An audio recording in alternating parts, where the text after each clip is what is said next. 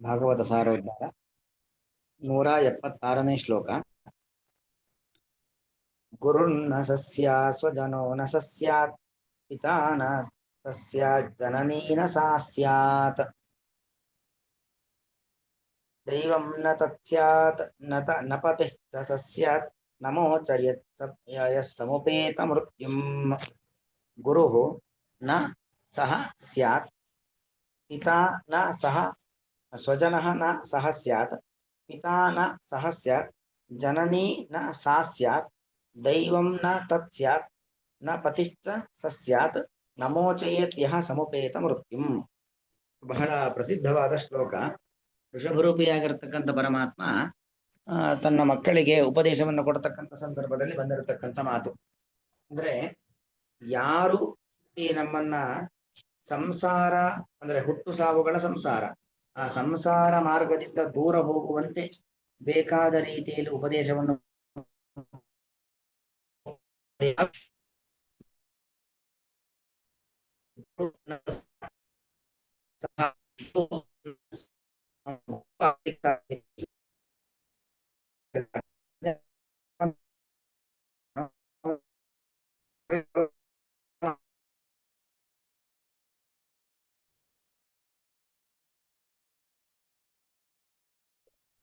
Disturbance ಆಗ್ತಾ ಉಂಟಲ್ಲ,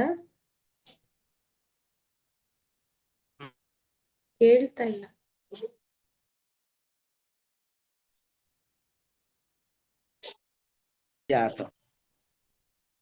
ಸ್ವಜನಃ ನ ಸ್ಯಾತ್. ಅದೇ ರೀತಿಯಲ್ಲಿ ಯಾರು ಸಮುಪೇತ ಮೃತ್ಯುಂ ನ ಮೋಚಯೇತ್, ಅಂದ್ರೆ ಮೃತ್ಯು ಬರುತ್ತೆ, ಹುಟ್ಟಿದವನಿಗೆ ಸಾವು, ಸತ್ತವನಿಗೆ ಹುಟ್ಟು ನಿರಂತರವಾಗಿ ಬರ್ತಾ ಇರುತ್ತೆ. ಅದರಿಂದ ದೂರ ಆಗ್ಲಿಕ್ಕೆ ಬೇಕಾಗಿರತಕ್ಕಂಥ ನಿವೃತ್ತ ಮಾರ್ಗ, ನಿವೃತ್ತ ಮಾರ್ಗವನ್ನ ಯಾರು ಉಪದೇಶ ಮಾಡುವುದಿಲ್ಲವೋ ಅವನು ಸ್ವಜನ ಅಂದ್ರೆ ನಮ್ಮ ಬಂಧು ಬಾಂಧವರು, ಅದು ಕೂಡ ಆಗ್ಲಿಕ್ಕೆ ಸಾಧ್ಯವಿಲ್ಲ. ಅಂದ್ರೆ ನಾವು ಯಾರನ್ನ ನಮ್ಮ ಹಿತೈಷಿಗಳು ಅಂತ ಅನ್ಕೊಂಡಿರ್ತೀವೋ ಅವ್ರು ಹಿತೈಷಿಗಳಲ್ಲ.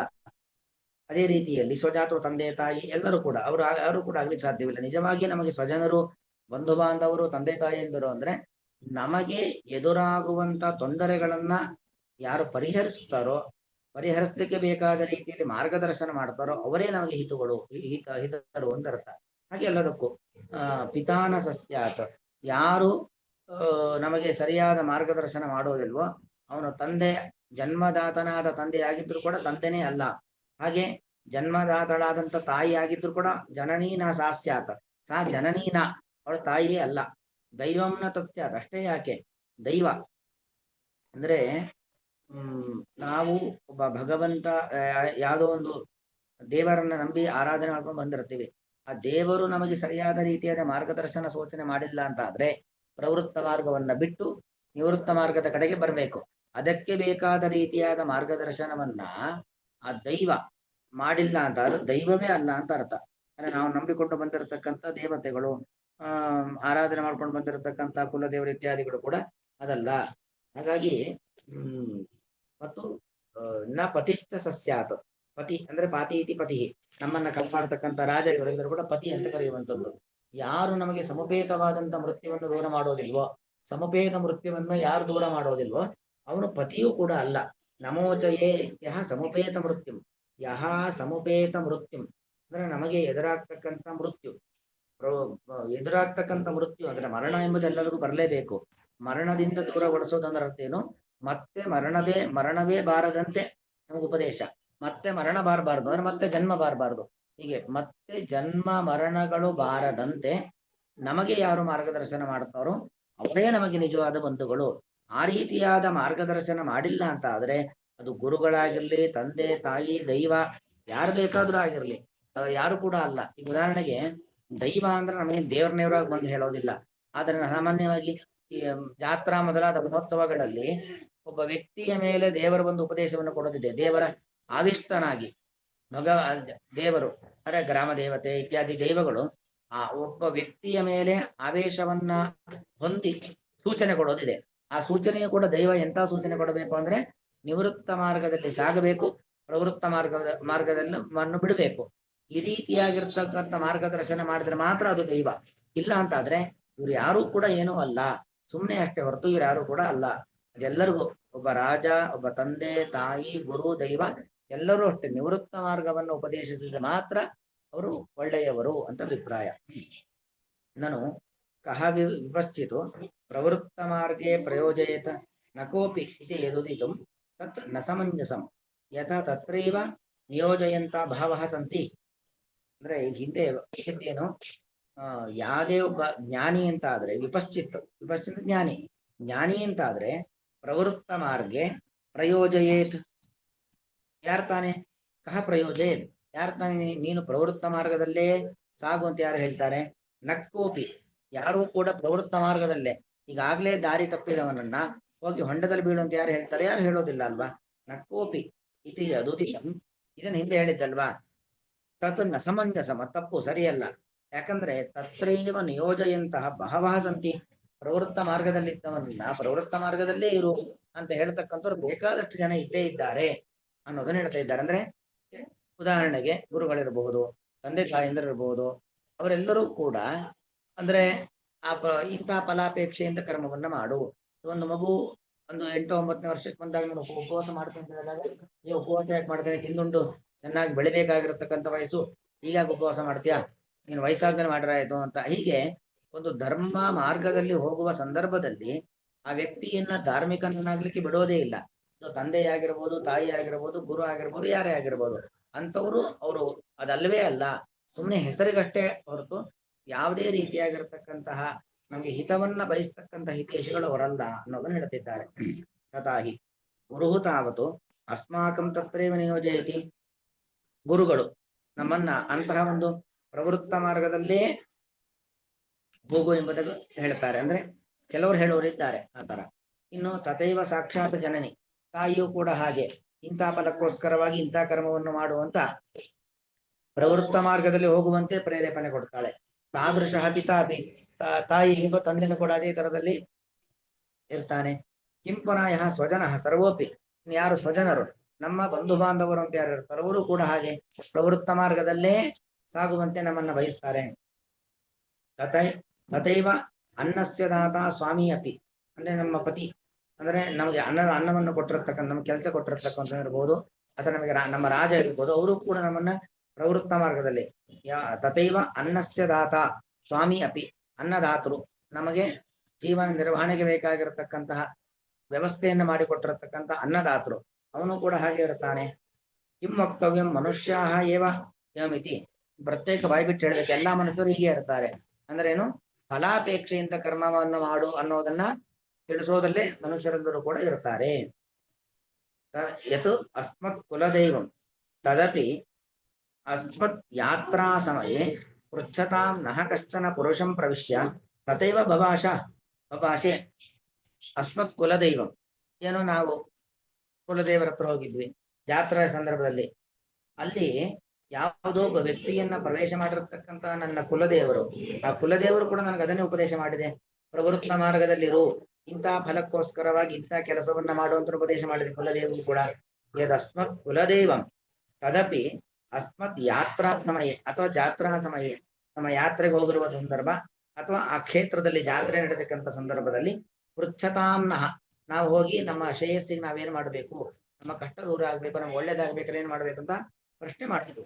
ಪ್ರಶ್ನೆ ಮಾಡಿದಾಗ ಕಶ್ಚನ ಪುರುಷಂ ಪ್ರವೇಶ್ಯ, ಯಾರೋ ಒಬ್ಬ ಪುರುಷನನ್ನ ಪ್ರವೇಶವನ್ನ ಮಾಡಿ ತಥೈವ ಬಭಾಷೆ, ಆ ಕುಲದೈವವು ಕೂಡ ಹಾಗೆ ಹೇಳಿದೆ. ಏವಂ ಪ್ರಾಪ್ತೆ ಪ್ರವೃತ್ತಿ ಮಾರ್ಗೆ ಪ್ರವೃತ್ತಿ ಉಪದೇಶತ್ತು ತೇಷು ಗುರುತ್ವಾದಿ ಪ್ರತಿಪತ್ತಿರೇವ ಕರ್ತವ್ಯ. ಅದಕ್ಕೆ ಉತ್ತರ ಏನು?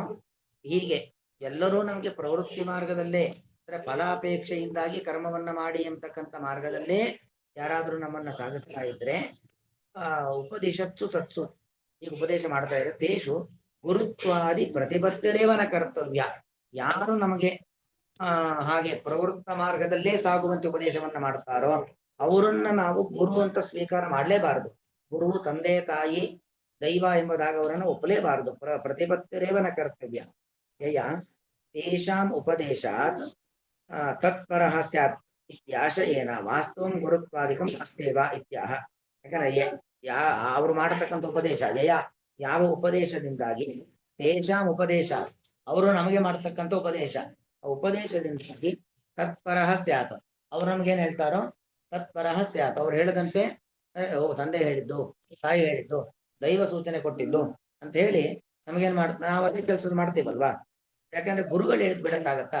ಅಪ್ಪ ಹೇಳಿದ್ರು ಮಾತು ತೆಗೆದಾಕ್ಲಿಕ್ಕಾಗತ್ತಾ? ಬಂಧು ಬಾಂಧವರು ಹೇಳಿದ್ ಬಿಡ್ಲಿಕ್ಕಾಗತ್ತಾ?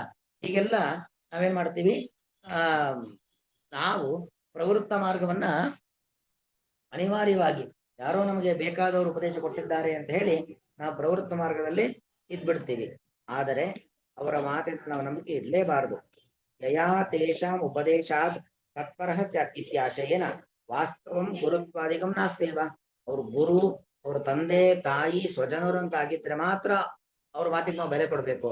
ಪ್ರವೃತ್ತ ಮಾರ್ಗದಲ್ಲಿ ನಮಗೆ ಹೋಗಿ ಅಂತ ಉಪದೇಶ ಕೊಡ್ತಿದ್ದಾರೆ ಅಂದ್ರೆ ಅವ್ರ ಗುರುವೇ ಅಲ್ಲ, ತಂದೆಯೇ ಅಲ್ಲ, ತಾಯಿಯೇ ಅಲ್ಲ ಅನ್ನೋದನ್ನ ಇಷ್ಟು ಶಾಸ್ತ್ರ ಕೆಲವೊಂದು ಆಚರಣೆಗಳ ವಿಚಾರದಲ್ಲಿ ಕಾಂಪ್ರಮೈಸ್ ಅಂತ ಇಲ್ವೇ ಇಲ್ಲ. ಹೀಗಂದ್ರೆ ಹೀಗೆ ಏನೋ ಹೊಂದಾಣಿಕೆ ಮಾಡ್ಕೊಂಡ್ಬಿಡೋಣ, ಇರ್ಲಿ ಅಪ್ಪ ಹೇಳಿದ್ದಲ್ವಾ, ಇರ್ಲಿ ಅಮ್ಮ ಹೇಳಿದ್ದಲ್ವಾ, ಇಲ್ಲಿ ಗುರುಗಳಿದ್ದಾರಲ್ವಾ, ಅಲ್ವೇ ಅಲ್ಲ.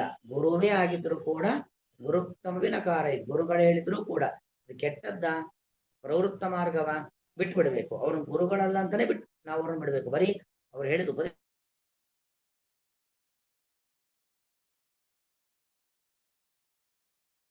ಮಾಡುತ್ತೆ. ಯಹ ಸಮುಪೇತ ಮೃತ್ಯು, ಸಮುಪೇತ ಮೃತ್ಯು ಶಬ್ದಕರ್ತ ಈಕ್ವಲ್ಸ್ ಹಾಕೊಳ್ಬೇಕು. ಸಂಸಾರಾಕ್ಯಂ ನ ಮೋಚಯೇತ್. ಸಮುಪೇತ ಮೃತ್ಯು ಅಂದ್ರೆ ನಮ್ಮ ಎದುರಿಗೆ ಇರತಕ್ಕಂತ ಈ ಒಂದು ಸಂಸಾರ, ಅದು ಮತ್ತೆ ಮತ್ತೆ ಮತ್ತೆ ಬರುವಂತದ್ದು. ಅದರಿಂದ ನಮಗೆ ಯಾರು ಬಿಡುಗಡೆ ತಂದು ಕೊಡೋದಿಲ್ವೋ, ಅಂದ್ರೆ ಬಿಡುಗಡೆ ಬರುವಂತೆ ಉಪದೇಶವನ್ನು ಕೊಡೋದಿಲ್ವೋ, ತನ್ಮೋಚನ ಸಾಧನಂ ನಿವೃತ್ತಿ ಮಾರ್ಗಂನ ಉಪದಿಶೇತ್.